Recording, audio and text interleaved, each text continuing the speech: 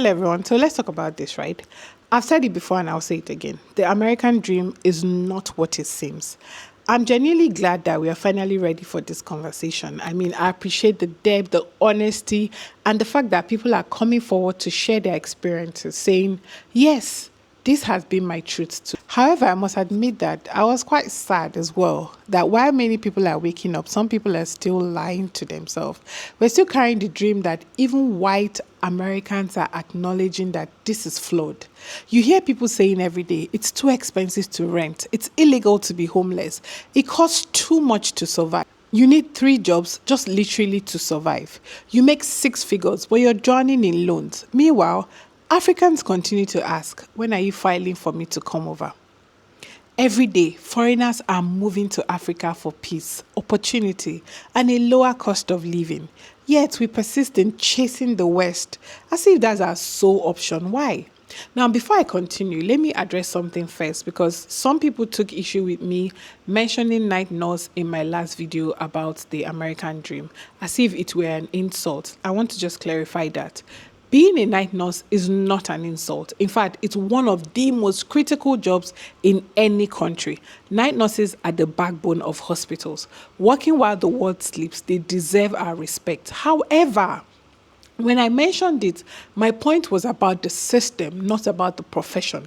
I was highlighting how many African immigrants, particularly women, are forced into survival careers despite having the capacity, education, and dream for something else. I mean, you might come to the West as a lawyer, as an architect, as a journalist, but the system often dismisses your degree and forces you into night shift. That's the trap. The problem isn't the job itself, it's a lack of options, limited mobility, and the way we are funneled into struggle as the only path to success. Now, when I moved abroad, I had what people called soft landing because of my parents, which meant I didn't face as much hardship as others. But I didn't make the system any easier. Even with my support system, I felt the pressure.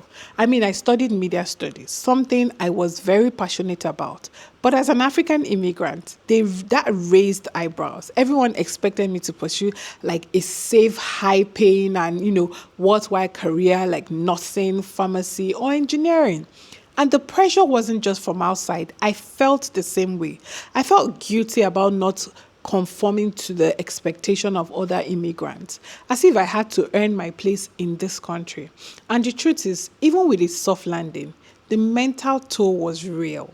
For many Africans abroad, the constant choice between freedom and family expectations is very large. They must navigate the tension between their desires and the system's limitation. Now, moving to the West offers several advantages.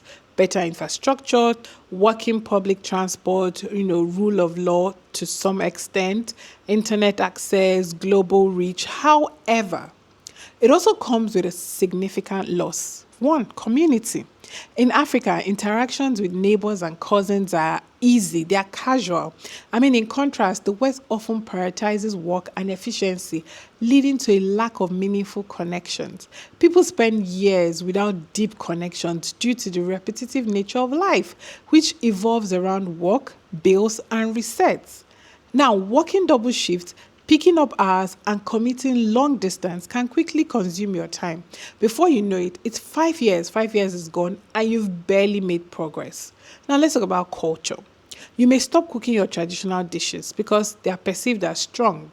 I remember those days they used to call police for people whose food had very strong smells. You might even refrain from dancing freely at parties due to the fear of being recorded. These changes are real. I'm going to be honest, they're very real. Let's talk about your mental health. The constant stress and pressure can take a toll on your mental well-being. You may smile at work, but you cry in your car. You achieve success, but you feel numb. You always feel tired, but you can't rest because bills don't pause. Now, let's not sugarcoat it. Black people built America. They laid the bricks, tiled the land, raised the children, fought the wars. But what did they get in return? They were denied the chance to own homes in the right neighborhood. Our men were taken to jail. Black women were more likely to on life at childbirth. We had low budget schools, fewer resources, less support, workplace racism, overqualified, underpaid, overlooked, rent is too high, credit is never enough. So, for Africans moving in expectation of fairness, you're arriving in a system where your skin already disqualifies you before you even speak. You know what it feels like? Corporate decoration.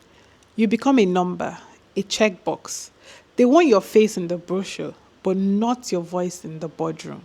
You're celebrated for diversity, but you still have to prove your value 10 times more than your white colleague. And if you speak up, you're too aggressive.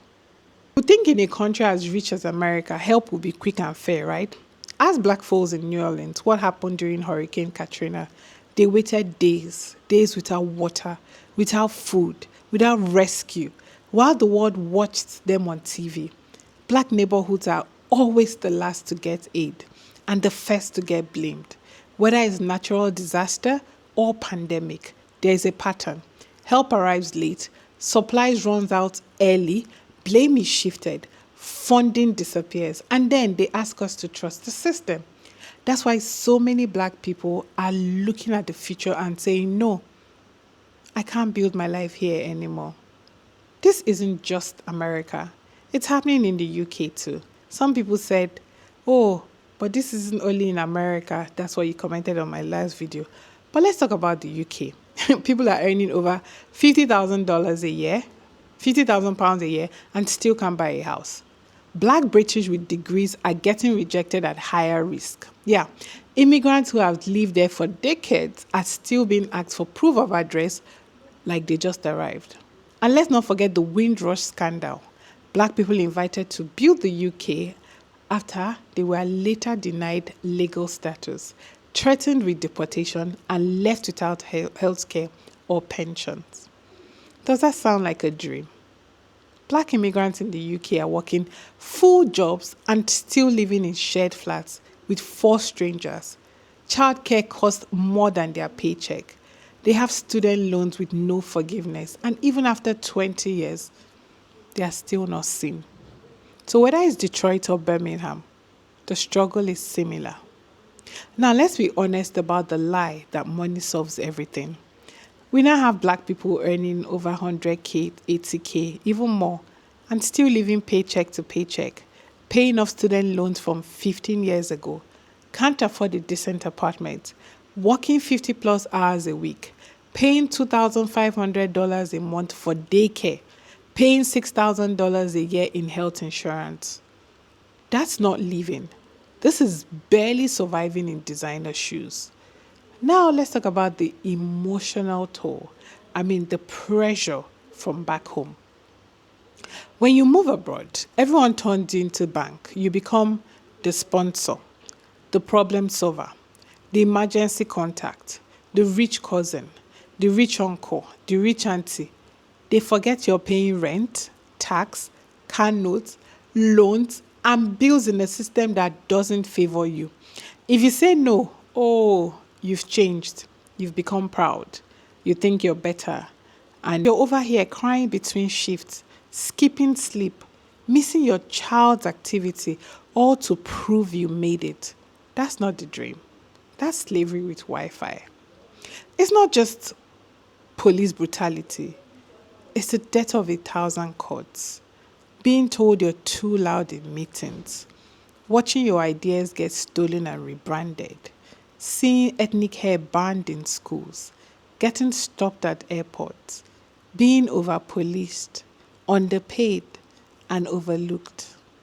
Watching people clutch their purses when you walk by. Seeing your children racially profiled at 8 years. It's exhausting. And the worst part, when you talk about it, people say you're making everything about race. No, race made itself part of your everyday. So now more than ever, people are moving to Africa, and here's why. Not because it's perfect, but because it's possible. You see people buying lands in Ghana, starting farms in Nigeria, launching tech startups in Kenya, opening fashion houses in South Africa, building schools in Sierra Leone. They are reclaiming, what was always theirs: freedom, rest, dignity. It's time we redefine what success looks like. Because what's the point of a passport if you're still not free? Let's start chasing peace over popularity, ownership over illusion, rest over recognition, joy over survival, wholeness over hustle. To anyone listening and feeling confused, you're not alone. If you're abroad and burnt out, you're not weak. If you moved home and feel judged, you're not a failure. If you're just realizing the system is rigged, you're not late. And when you wake up, you don't owe anyone explanations, only truths. So let's stop glorifying struggle. Let's stop defending broken systems. Let's start building real dreams, ones that let us breathe.